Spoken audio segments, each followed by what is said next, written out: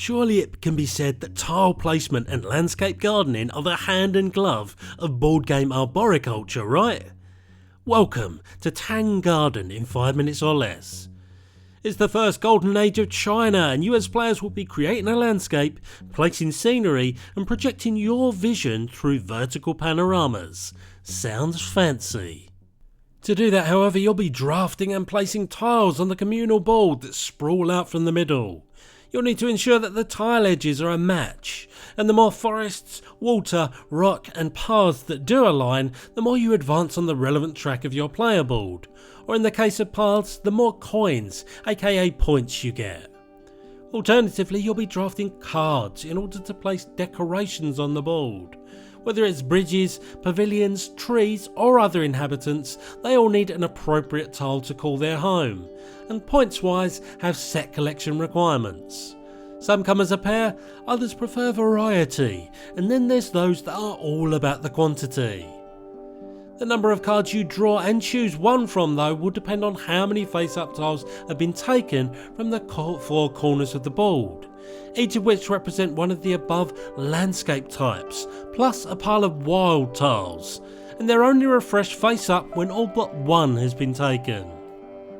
Then there's your player board, which will enable the drafting of characters that have passive abilities whilst in your tableau, and endgame scoring objectives when you transition them to the garden. Which brings us finally to tokens you'll pick up as the garden expands, that allow you to place vertical tiles around the communal board, each of which synergise with your character's objectives. So why might you like it? Well, you simply cannot ignore the beauty of this production. I avoid commenting on presentation because you can see yourself to form your own opinion, but put simply, this is one of the most stunning games you'll find in the hobby. From the illustration on the tiles to the vibrancy of the decorations and vertical landscape tiles, this is one hell of a looker. But looks can only carry you so far, so it's up to the interweaving of the tile placement and its puzzle-like min-maxing, which in turn allows you to place decorations that bring out the strategic joy in the gameplay. You might have a plan to place a tile and then draw into a card that will complete a set, but navigating to that point is as much about skill as it is hoping an opponent doesn't get in your way.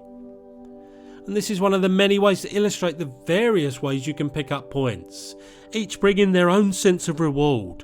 Yes, the bread and butter comes from placing tiles and decorations, but how you intersperse that with the abilities of your characters and then ultimately place them for endgame points provides for a consistent dopamine push from start to finish.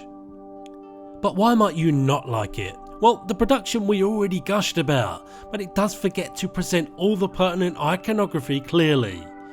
Even with no adornments, the tiles can camouflage the symbols you need to see, and the small icons on the vertical landscape tiles and character cards do not differentiate themselves enough, and those are just the two most notable visual problems. As well, the game espouses its zen-like nature everywhere you look, and that peaceful lull and lack of excitement is definitely something you'll experience with the game's mechanics. It's more like, that was a nice turn. Put another way, the rewards might be ample, but the adrenaline is most certainly not.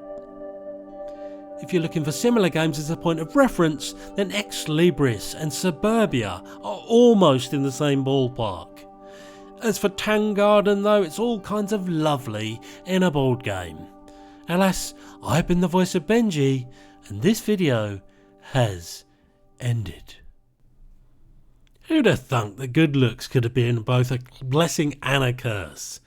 There can't be a hidden meaning here, surely.